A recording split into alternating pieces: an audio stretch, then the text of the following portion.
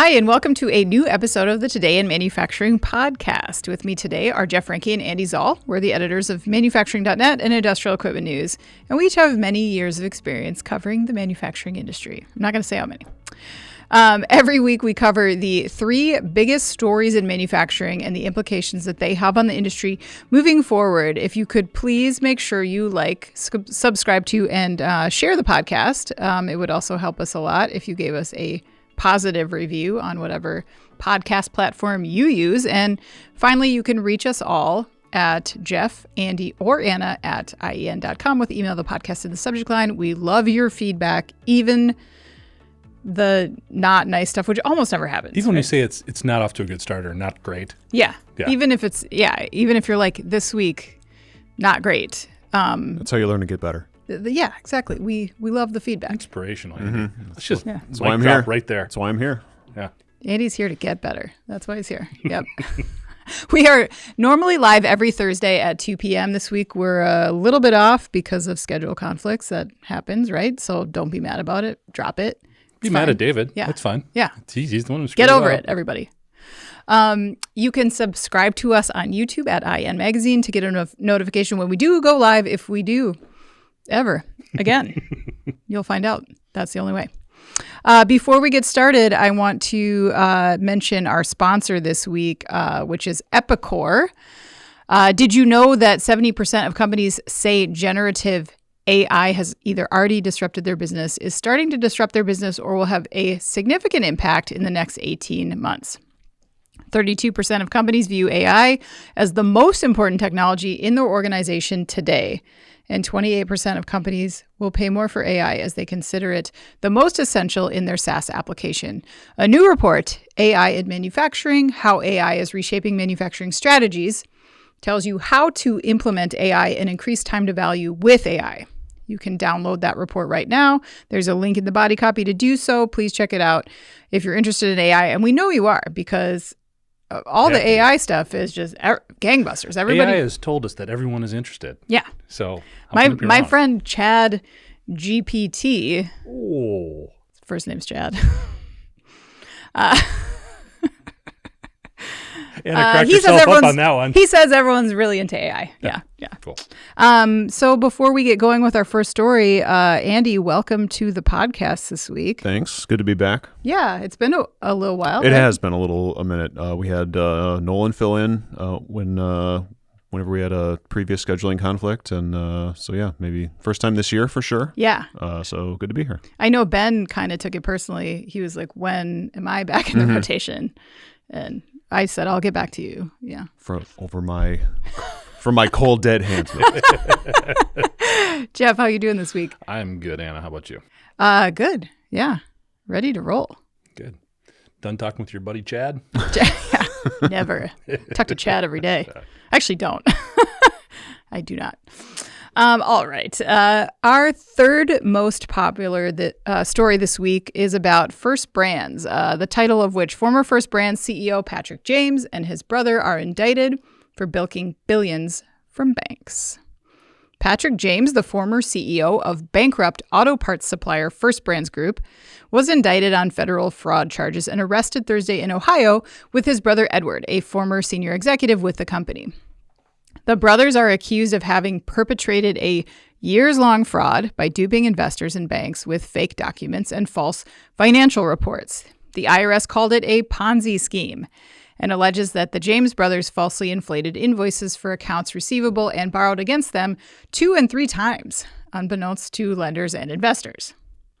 A lawsuit brought against Patrick James in November accused him of securing billions in debt financing based in part on fraudulent invoices, then transferring hundreds of millions of dollars to himself and others to fund his and his family's lavish lifestyle, which includes 7 homes and 17 cars. Patrick and Edward each face 9 counts, including wire fraud, bank fraud, and conspiracy to commit money laundering. Most of the charges carry a maximum sentence of 30 years if convicted. Patrick, the former CEO, is also facing a potential life sentence.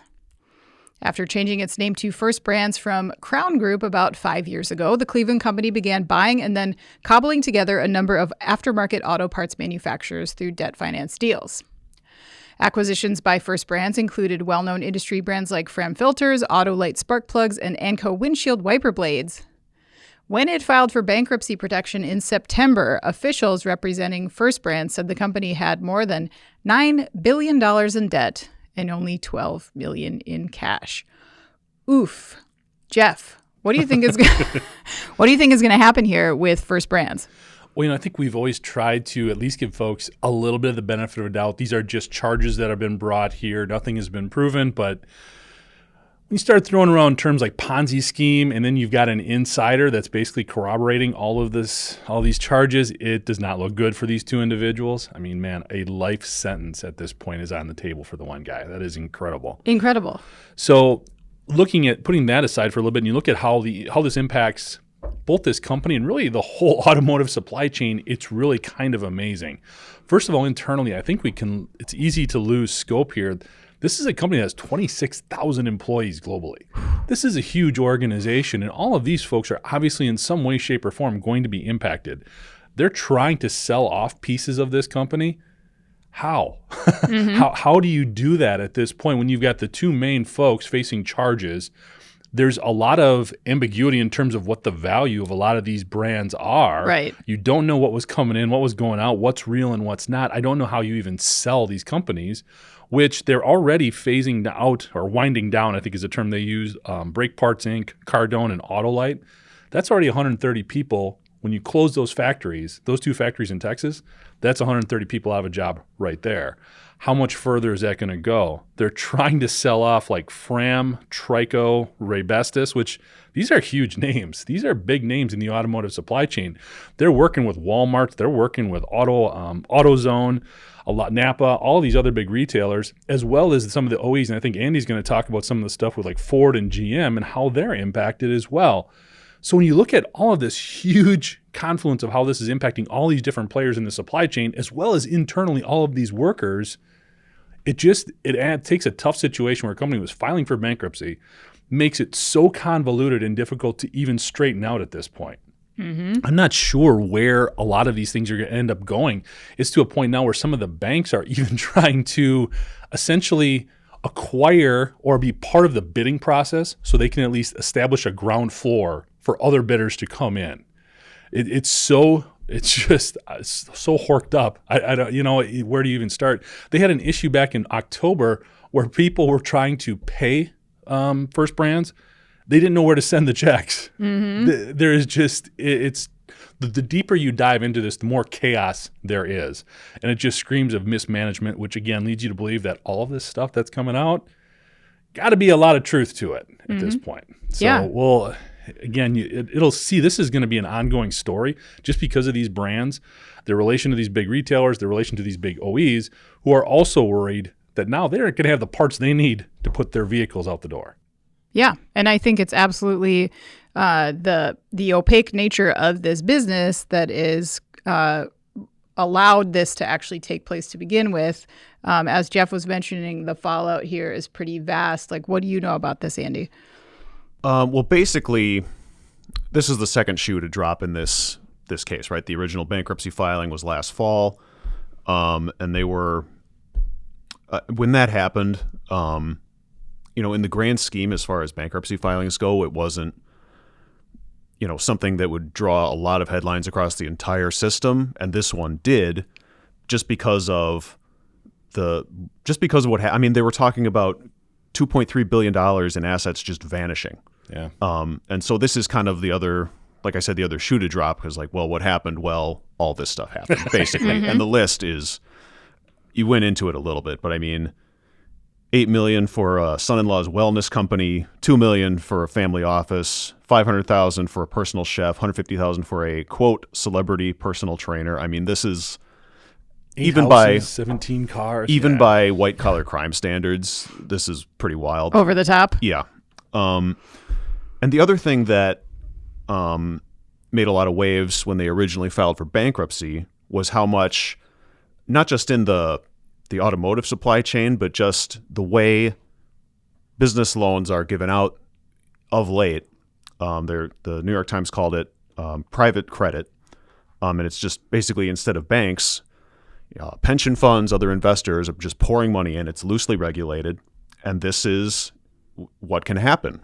Now, I mean, it shows the risk, but also, I mean, these are allegedly very bad actors here. So I don't know if it's an indication of, how bad it could get, but it's maybe an indication of some of the risks that are involved when you have this kind of money getting thrown around without this oversight. I mean, there's the credit arms of GM and Ford were reportedly affected, so they're tied up in this, as you mentioned a little bit. There were dozens of lenders that were out of money or not getting paid as of last fall.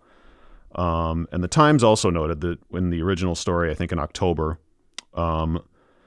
noted in that article that the Trump administration last year made changes that would allow 401k plans to invest savings into private equity funds that extend private credit to companies. So surely nothing could go wrong with throwing people's retirement funds toward loosely regulated, complicated business loans. Well, it's getting so bad too. Like Ford and GM are actually looking at providing some emergency funding just to keep this organization afloat so they can, again, keep churning out the parts that they need for their vehicles.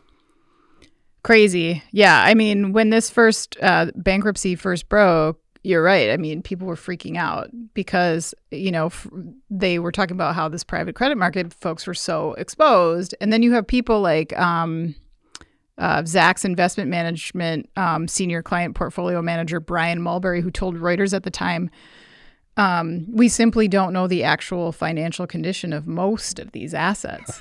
That's crazy. Yeah. And they said that it scared everyone so much that they were like thinking we need to put some guardrails on this because of how much. Yeah, they don't have to know. Right.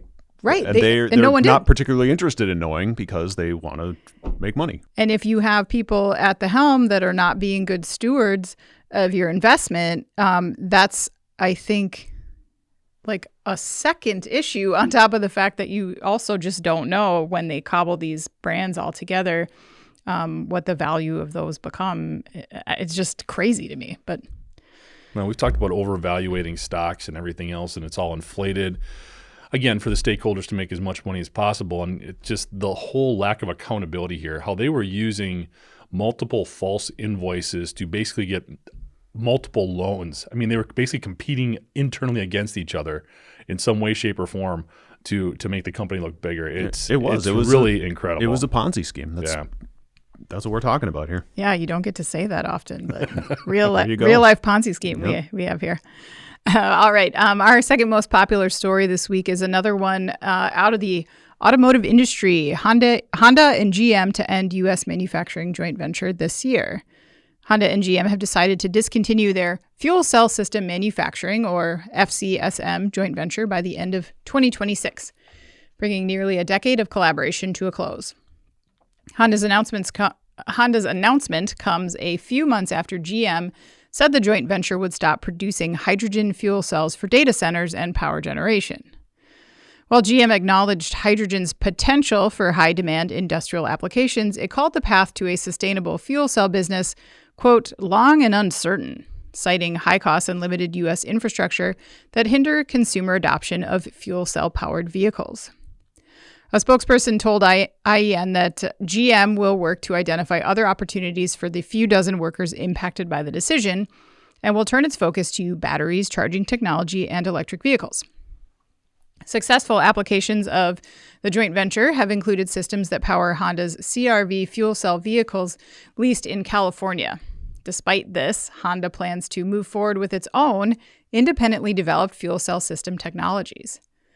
Unveiled last February, the automaker said the next-generation fuel cell module would serve as a successor to the joint venture's model. 10 years in, they didn't even get a fuel cell out of it. Jeff, what do you think about this dissolving of a decades-long JV? Well, it's interesting. We've talked about hydrogen a fair amount, how we kind of thought it was dead, and then there was all this resurgence and more research and funding going into it to try to make it work. I think the economies of scale just ended up prevailing here. When you look at some of just the basic raw numbers around hydrogen production, once it gets to the consumer, it can be as much as 5 times as much as like the comparable gallon of gas, if you will.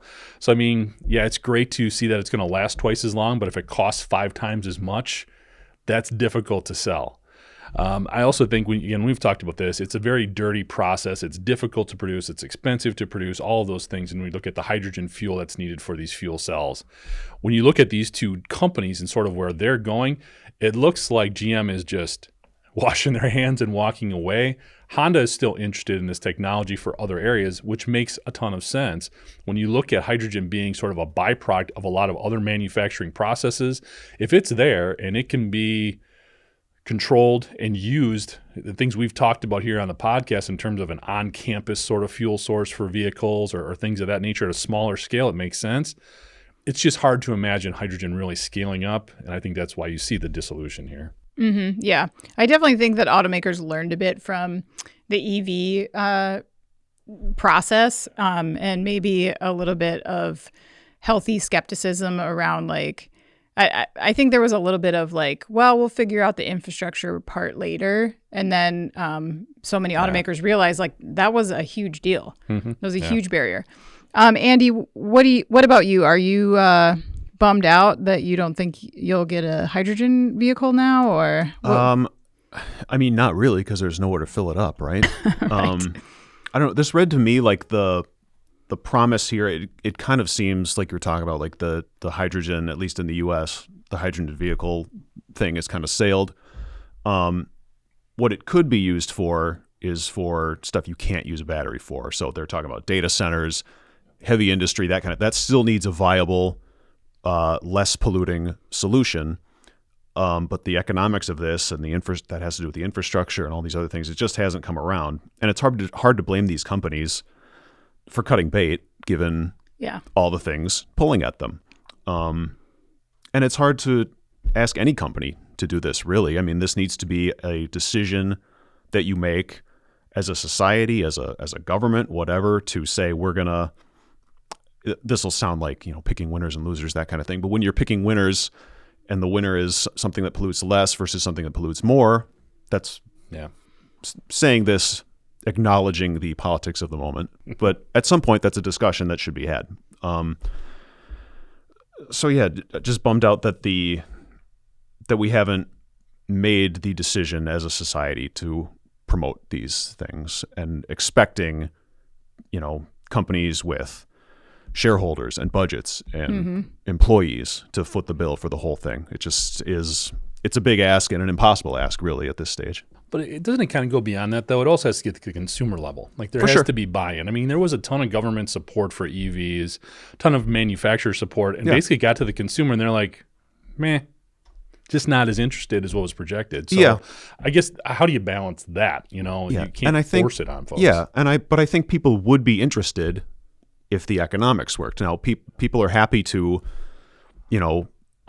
pay for a more sustainable, more environmentally friendly product to a point. Yeah. Right. So it's just a matter of finding that point, and it's just tough for industry to do on its own, it feels like. Yeah. No, I mean, I agree with a lot of that. I mean, in automotive, I mean, every company is always trying to find like, where's the technology going with our product? What do we need to be investing in? Everyone's got a lot of eggs in a lot of baskets, but in automotive, development costs are just particularly intense. So it's just a lot of money to dump, unfortunately. And I think consumers have a lot of misgivings. It's not even close to scalable in terms of cost. And so, it's not even price even. Sometimes it's just a matter of, like I said, you can't fill up your hydrogen car around here anyway. So there's a lot of barriers. Really. What is interesting here, though, one of the biggest things with EVs is always that range anxiety. That kind of goes away with hydrogen. Oh, yeah. Like it is that much more efficient. A lot of those concerns would not be an issue. That's why people thought, people have been saying for years, once hydrogen caught electrics, it's just a drop-in replacement, basically, and it just hasn't worked out that way, and now that's kind of sailed.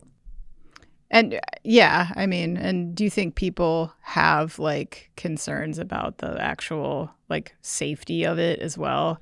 Have to. I mean, I think that's like not said often, but I do think that's going to be a hard pass from a lot of people just because it's not been like proven out in society really at all also. So I don't know. Are you going to put your kids in it if you've never heard of it? And it's all, I don't know. It just something that I think is probably like underemphasized in the development of this technology as well. But agreed. All right. Our most popular story this week is, 3 auto stories this week. I didn't even realize that until now. Sorry, everyone. Or you're welcome. Tesla to close down production of 2 car models. So Tesla has decided to close down production of its Models S and X, 2 older vehicles, in the second quarter and convert a Fremont, California factory to produce its Optimus robots instead. Tesla's annual profit plunged to its lowest level since the pandemic 5 years ago as it lost the title of the world's biggest electric vehicle maker to Chinese rival BYD. And boycotts also have hammered sales. The EV company run by Elon Musk reported that net income last year dropped 46%, the second year in a row of steep declines. The drop came despite the introduction of cheaper models and Musk's promise to remain laser-focused on the company after a foray into U.S. politics. Telemetry analyst Sam Abwal-Samid pointed out Tesla's aging product that is less and less competitive as other manufacturers come out with new models, adding to it the general brand destruction that has come with political activity having turned off customers. Meanwhile, Musk has been urging investors to focus less on car sales and more on what he considers a bright new AI future, robo-taxis and humanoid robots. And while Tesla's sales tanked, the company pointed to improvements in its energy storage business due to data center demand, as well as improvements in its gross profit margin. Tesla's earnings call also outlined plans to roll out robo-taxi service in Houston, Miami, and 5 other cities in the first half of this year. The company said that it would begin producing its 2-seated Cybercab with no wheels or pedals in the same timeframe. Some investors are bullish on robotaxis and also encouraged that Musk has shifted his focus back to the company after spending months as head of a government cost-cutting team in Washington. Still, Tesla's chief is well known for making promises with deadlines he never meets. Of further concern could be the recent announcement that Musk-founded SpaceX would merge with his controversial AI business and prepare for an IPO. Another distraction that could play a role in the outcome for the firm with a lot to prove in 2026, and that is Tesla. Andy, what do you think about Tesla's future plans? Well, I think Jeff is going to get into the implications rather for the car business itself. I was just curious about what this means for the Fremont factory because 30,000 people work there. Now, they still make the Model 3 and the Model Y, but they're going to make humanoid robots there. A million per year, apparently. And add staff to do that, apparently. I mean, there was a report locally, I think a local NPR station, and local officials are bullish about this. They say that the workers will stay on while they go through this retooling. They're hopeful that all these robotic suppliers will set up shop nearby to supply this company, but I just could not be more skeptical about this humanoid robot. Like, who's buying this? And they're going to make $1 million a year, and not to mention all the credibility that the CEO has lost, given what he's done to the car business and to his social media efforts, and among other things. So I mean, the robo-taxi thing, that's what's actually driving the stock price, is people are hopeful that at some point they'll be able to roll out this business, and the plummeting car sales and the weird robots and the AI problems won't matter because this will be churning out so much money. So I don't know. I just I feel for the workers and what they're going to have to go through over the coming years as we see what does or does not come to pass there. You don't think they're skeptical enough in Fremont about what's to come? I mean, I don't know what they're supposed to say. Yeah. I mean, he could just pull up stakes, but I would be skeptical. Now that's also Silicon Valley, so they'll probably be okay. Yeah. But yeah. It's not. They're not like a company town in Fremont, but yeah. I mean, I agree that I do think that it's going to be harder for Tesla to pivot than they think it is. Yeah. I'm also of the opinion of who is going to buy these, especially in the next couple years. And that's what I'm not sure Tesla is going to navigate very well, is these next year, 2, 3. Well, they're trying to like put out these robots that, there's a lot of competition in robotics in the industrial space. And there are a lot of very well-established companies that are respected for their quality and that have been doing the cobot thing for a long time. And Tesla really has not. And all we know about Tesla is, I think, like the bugginess that people see in the vehicles. And so I just don't know, to your point, if there are a lot of like anxiously waiting industrial companies that are like going to buy 1 million of these per year right out of the gate. I just don't see that happening. Maybe I'm wrong, but that's where I'm at on this. Jeff, what do you think this means for Tesla's future? I don't know either, to be honest. Like, it's funny because Musk has always been someone who, sort of damn the torpedoes straight ahead, full speed ahead type of thing. And in this instance, when you've got two models that are struggling from sales, which they were, the S and the X were definitely struggling, they're the higher priced models, all of that, it does make sense to scale back and focus on what you're good at. Instead, he's plowing ahead with something brand new. Now, what's also interesting is if you look at all the forecasts and all the projections with humanoid robots and robo-taxis, everything is calling for huge spikes in demand, investment, all of those things. It has a parallel to electric vehicles. Okay, when we were talking about EVs 10 years ago, everybody was projecting these huge gains in market share. It's very similar with these two product categories. Then we got electric vehicles out there, or at least Tesla did, far ahead of everybody else. And the initial buzz was very exciting. And then it came crashing down because everybody else caught up. It seems very eerily similar here when we look at these two categories that he wants to shift into. Great projections, potentially could be first to market with some of these things, but if they don't perform perfectly, people are going to, like you alluded to, Anna, go back to the integrators and the robotic suppliers that they've known and trusted for decades. So he's going to push the market forward, but I'm not sure he's going to ever be the winner in any of these markets that he's trying to really emerge or be a leader in, because all he's really doing is raising the notoriety, the conversation, and then not delivering as high quality a product. Right. And that's what happened with the EV. It's hard to believe from what we've seen so far about Optimus. The other thing is, too, once you get some of these products out there, how do we know people are really going to feel about working with humanoid robots and getting into a robo-taxi? I personally, right now, until I have no other option, I want a human being in the vehicle. If we get to a point where that's no longer there, okay, then you adapt and deal with it. But right now, I just think this is a big swing. I think it's a big risk. We know this stock is inflated, and what that could potentially lead to is longer term. And I'm not talking next year, but 5-8 years down the line, boy, we could see just a huge crash on Tesla. Yeah. And, I also am of the opinion that the same people who are refusing to buy Tesla because they vehemently object to Elon Musk's, political involvement and his public statements and his grok and all, the stuff that he's affiliated with.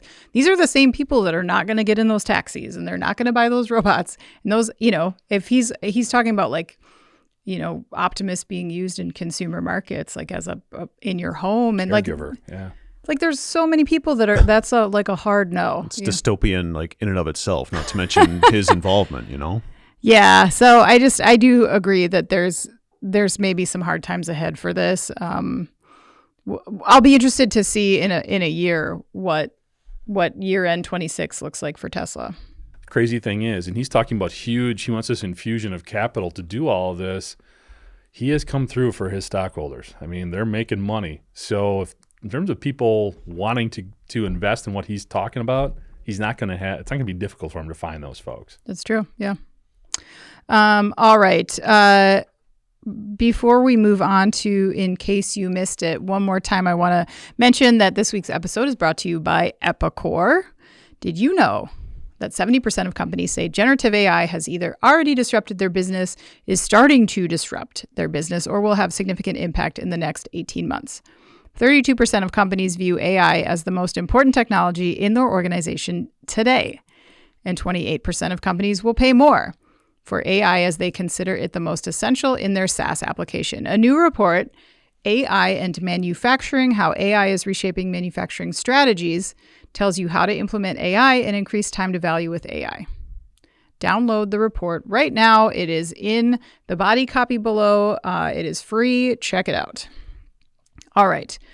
Now we're going to move on to In Case You Missed It, which is a walkthrough of a handful of stories that didn't get the views, the clicks that we expected, or maybe we feel like they didn't get a fair shake this week. Interesting stuff to talk about nonetheless. Andy, what did you bring for In Case You Missed It this week? So lest we forget, Tesla is certainly not the only game in town when it comes to robo-taxis. Everybody, I think, concedes that the market leader right now is, at least in the U.S., is Waymo, which reported this week, or last, I can't remember which, that it raised $16 billion that it plans to use to expand its market. The round was led by Google and Alphabet, Google's and Waymo's parent.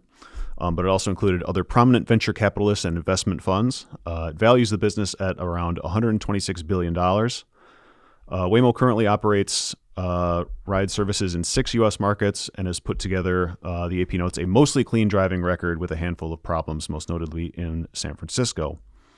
It hopes to expand to more than 20 additional cities, including international launches in London and Tokyo. The AP noted that the round could also fuel additional speculation about an IPO, which would separate Waymo from both Google and Alphabet and their other businesses. So that's who Elon has to catch up to while he's making humanoid robots and such, other cars. I mean, you did fail to mention that last year a Waymo robotaxi killed a cat. I didn't want to bum everybody out. It was also driving, in this article, driving erratically around school buses in Austin, Texas, which is bad. Erratically. Which is bad news. Yeah, you got to adhere to the stop sign system. You know, safety as far as self-driving cars is relative, especially given what we've seen from Tesla and its autopilot, air quotes autopilot. Yep. So yep. So they're pushing ahead too. So that's I can't remember the name of the Amazon-backed company. Zoox. Very good, thank you. So there's a few players in this market. So that is also weighing on Tesla's stock, how it performs or lack thereof. So we'll have to see. Yeah.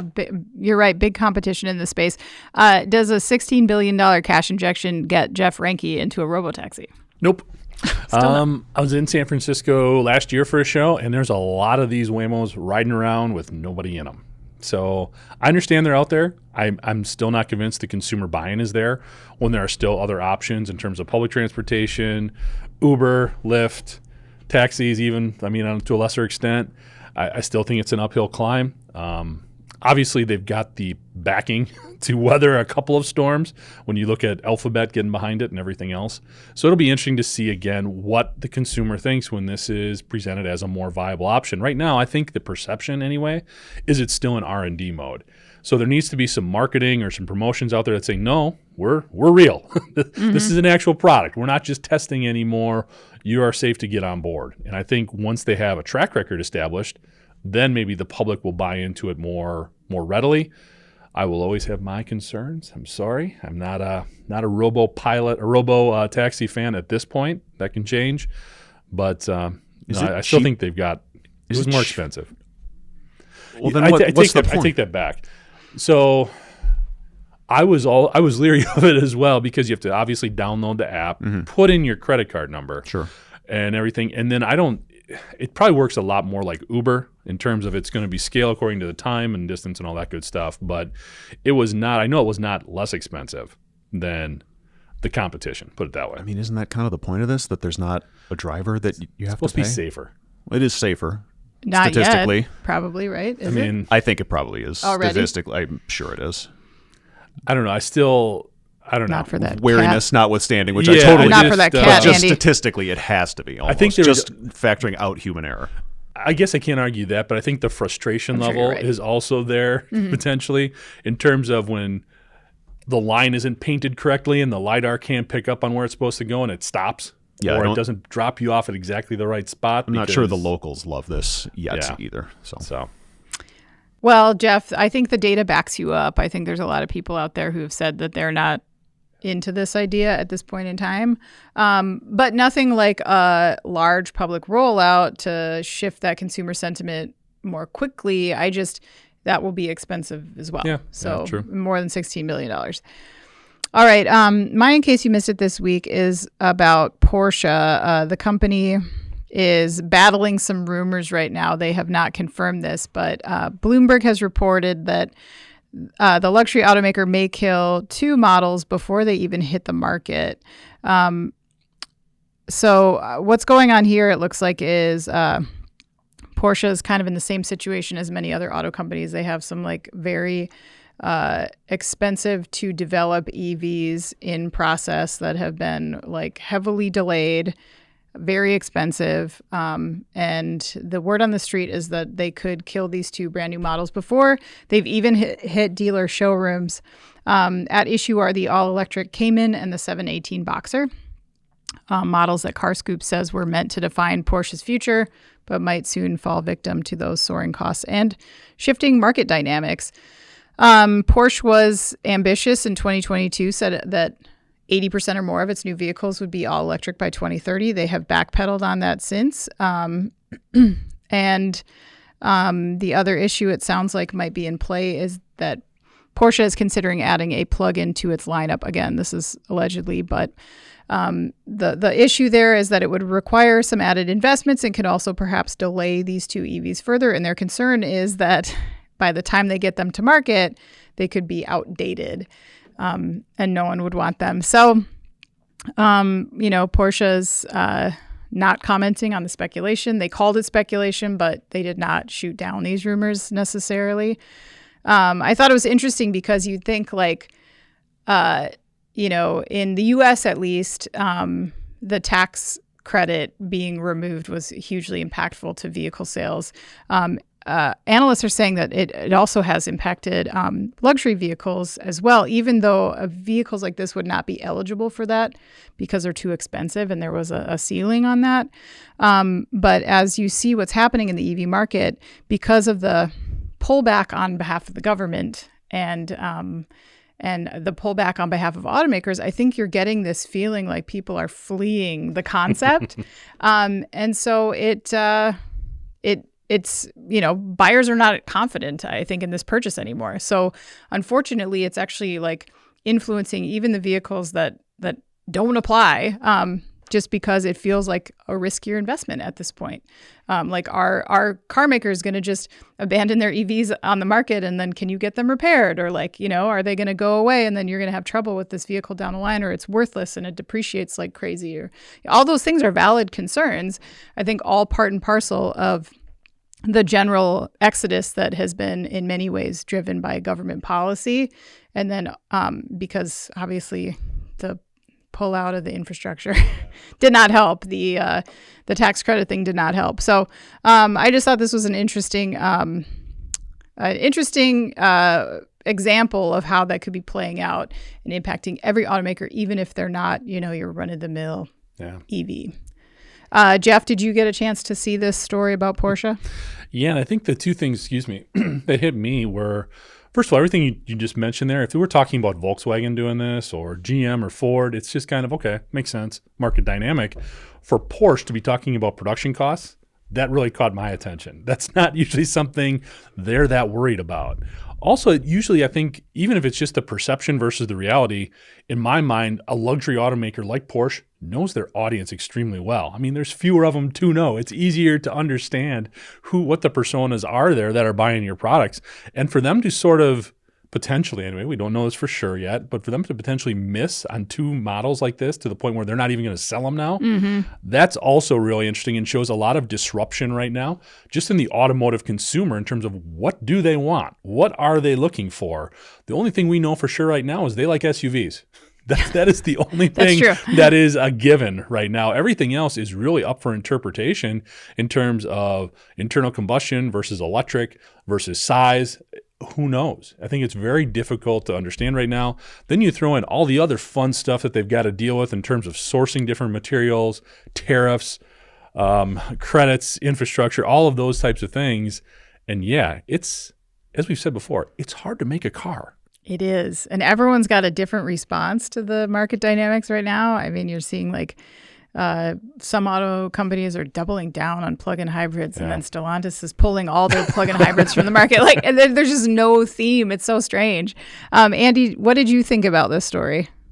Certainly they're, struggling in some of the same ways that a lot of car brands, car makers are struggling with evaluating the EV market. But there's also specific problems that they have just as a brand. There's the battery supplier that went bankrupt. There, people who drive a Porsche generally are looking for it to feel like a Porsche when they're driving. So maybe there's some hesitancy about just getting another EV with even if it has the Porsche name on it. So it struck me as, like a lot of other companies, they got out a little over their skis through no fault of their own. I mean, like you talked about a little bit, the market kind of got pulled out from under them. As far as the tax credits go, at least here in the U.S. So it's partially an industry problem and partially a Porsche problem, it sounds like. Mm-hmm. Just not loud enough for the average Porsche buyer, I guess. I mean, it could be. Sounds cool. It's hard to argue. It's quicker. You'd think to be that part of it, but right. The weight distribution is going to be different. It probably does drive differently. I'm sure. Yeah.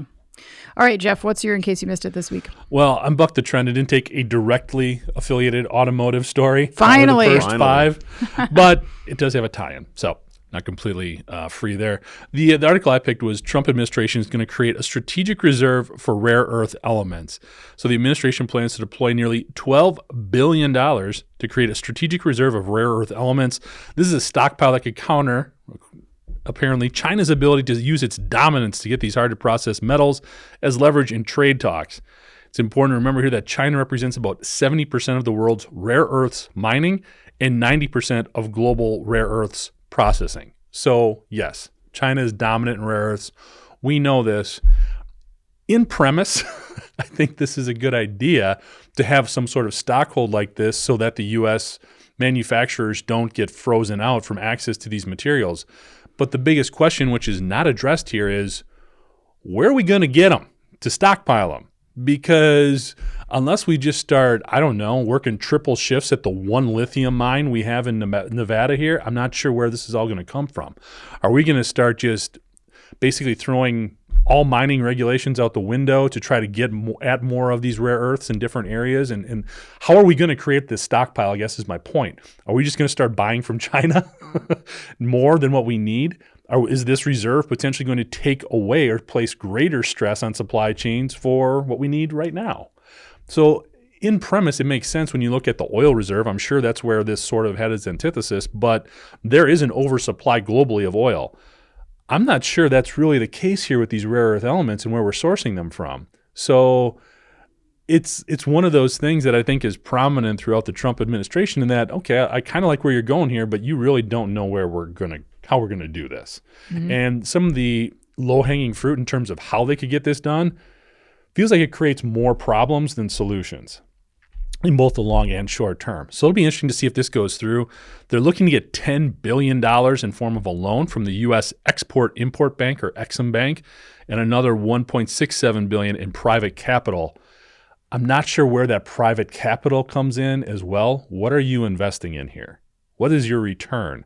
Unless you're basically some sort of pay-for-play type of situation, which is also kind of scary. So there's just a lot of interesting elements here. Again, good idea until you start digging into it and how this is actually going to play out and the impact it could have. So.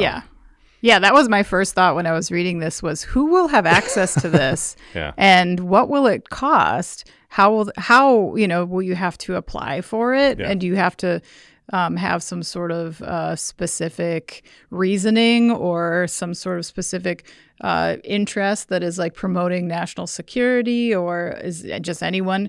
But and to your point, like if you're taking private investments, like is there a markup on this? What? Yeah, it's all these need to be answered, right? And who's to say that we have the stockpile? I mean, Where do we get it? where's it coming from? How do we? Who's proving to me that it's there? Like, I don't know. Maybe I'm just getting too skeptical in my old age. Andy, what do you think about this? Well, there are certainly additional places besides a lithium mine in Nevada where we could procure, but that's a whole other, like we're talking about, that's a whole other thing. They're just gonna, you can't just start a mine. There are processes to go through. These are years. You guys, and years. There's a market niche. Let's start a mine. There are years and years and years in the even under the regulatory environment we have now. It takes time, and you have to determine what's there and hire workers. I mean, it's a whole thing. This announcement kind of goes along with the story that we ran today, that the administration wants to basically build, in collaboration with its allies, it wants to announce kind of a mineral supply chain project.